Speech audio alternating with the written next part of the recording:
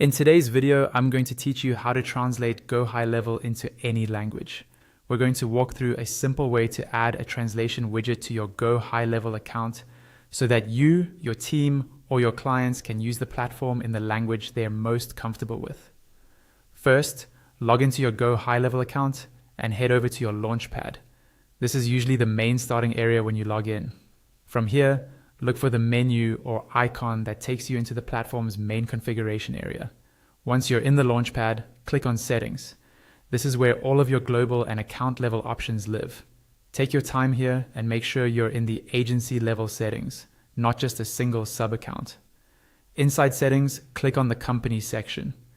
This is where you control things related to your overall agency account, including branding and white label options. We'll be adding the translation feature at this level so it applies across your interface. Next, find and click on the White Label tab.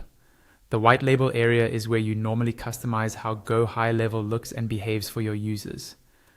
Within this page, you'll see a field labeled Custom JS or Custom JavaScript.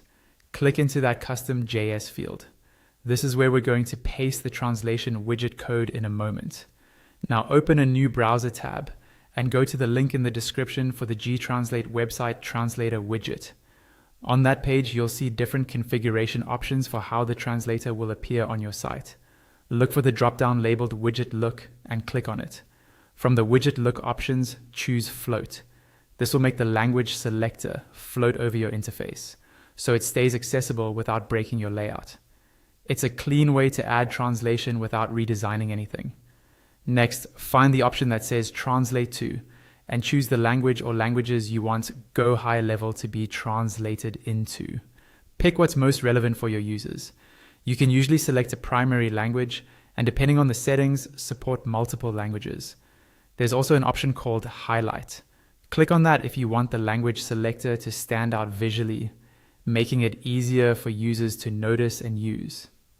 Once you're happy with all of your widget settings, scroll down on the gTranslate page and copy the code snippet they generate for you. Make sure you grab the entire code block. Go back to your GoHighLevel tab, return to the White Label section, and paste that code into the Custom JS field you clicked into earlier. When the code is in place, click on Save Changes. GoHighLevel may show you a confirmation message or warning to let you know that you're updating custom code. When that appears, click on Proceed to confirm. After that, refresh your GoHighLevel interface.